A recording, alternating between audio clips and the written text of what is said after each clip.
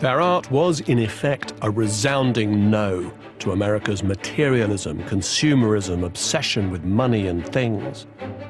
That's why they turned away from things altogether, from the figurative to the abstract.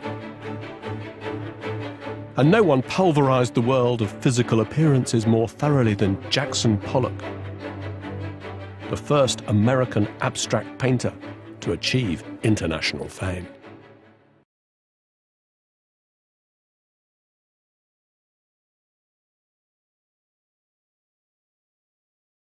This unique footage of Jackson Pollock making one of his drip paintings was shot by Hans Narmuth in 1951, when Pollock was at the peak of his success. The technique which Pollock made his own was an attempt to express the true nature of existence by turning art into a record of the artist's gestures.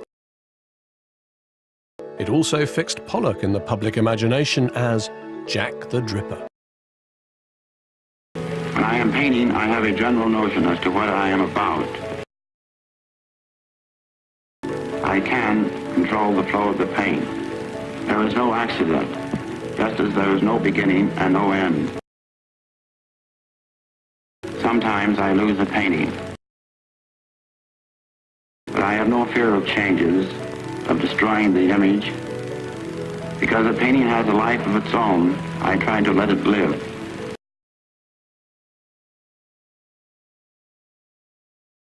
Remarkably enough, you can still visit the studio where Pollock broke through to his signature style of hectic drips, splashes and spatter.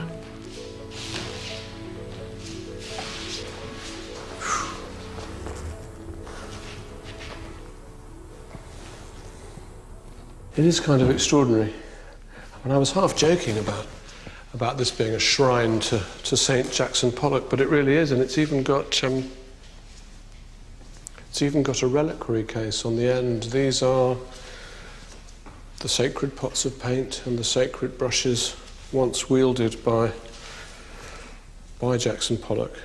But I think what's immediately most striking, I don't think I've ever quite seen a studio that is as revealing of an artist's unique idiosyncratic practice as this one, because Pollock's great invention, or his great thing, was to paint on the floor. And other artists had done it, but not quite with the abandon that he did it. And he could work here, you see, on a scale like he could never work before. This is where he painted his greatest pictures. It's where he made his breakthrough to these monumental canvases. And what we see here are the aftermaths of his creation. These are the spatters of paint that missed the canvas and ended up on the floor. Harold Rosenberg, the critic, wrote that the action painter, and he had Pollock in mind, is like a gladiator entering the arena of his studio. And if ever a studio felt like an arena, this is it.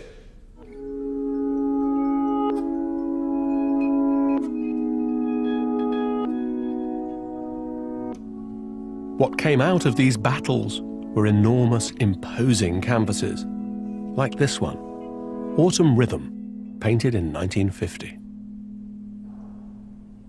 I think what this picture represents is an extraordinary X marks the spot moment. This is the moment of America's appropriation of the modern language of art.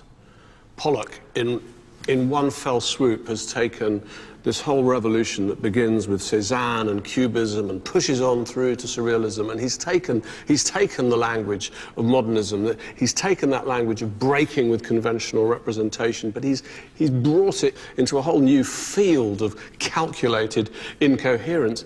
Somebody asked Pollock, why don't you paint appearances? Why don't you paint objects? And he said, well, we've got machines to represent objects. I want to get at a more modern essence of the nature of experience, the nature of reality. I want to depict what's inside a person. So when you look at this picture, I suppose in a sense, Pollock wants you to think of the picture as the experience of almost watching him pour himself out onto the canvas. What he's trying to do throughout is actually eliminate any suggestion of representational form. So whenever his hand accidentally might almost make something that would look like a face or a hill or a river, He would sabotage that and make sure that nothing in the image looks like an image. The question you have to ask yourself is, what does it say? What does it mean? After all, it's painted on the scale of an altarpiece. The scale of the picture suggests that you're going to be told something very important, very powerful, very meaningful.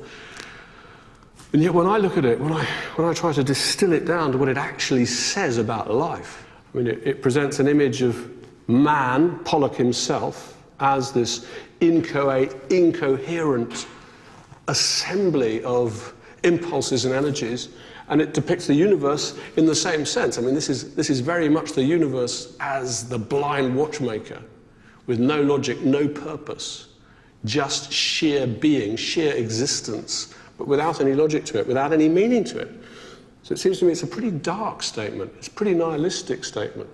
And I don't really see where Pollock could have taken this. Pollock himself had his doubts. In fact, he'd only paint in his most extreme drip style for a few short years. And those doubts were only enhanced by his growing fame. When Life magazine showcased him and his work, the experience of seeing his pictures reproduced in the glossiest shop window for America's new consumer culture, alongside adverts for instant frozen dinners and Ford's latest motor cars, made Pollock feel profoundly uneasy. He'd sought to stand against the new market-driven world, but feared he was a sellout.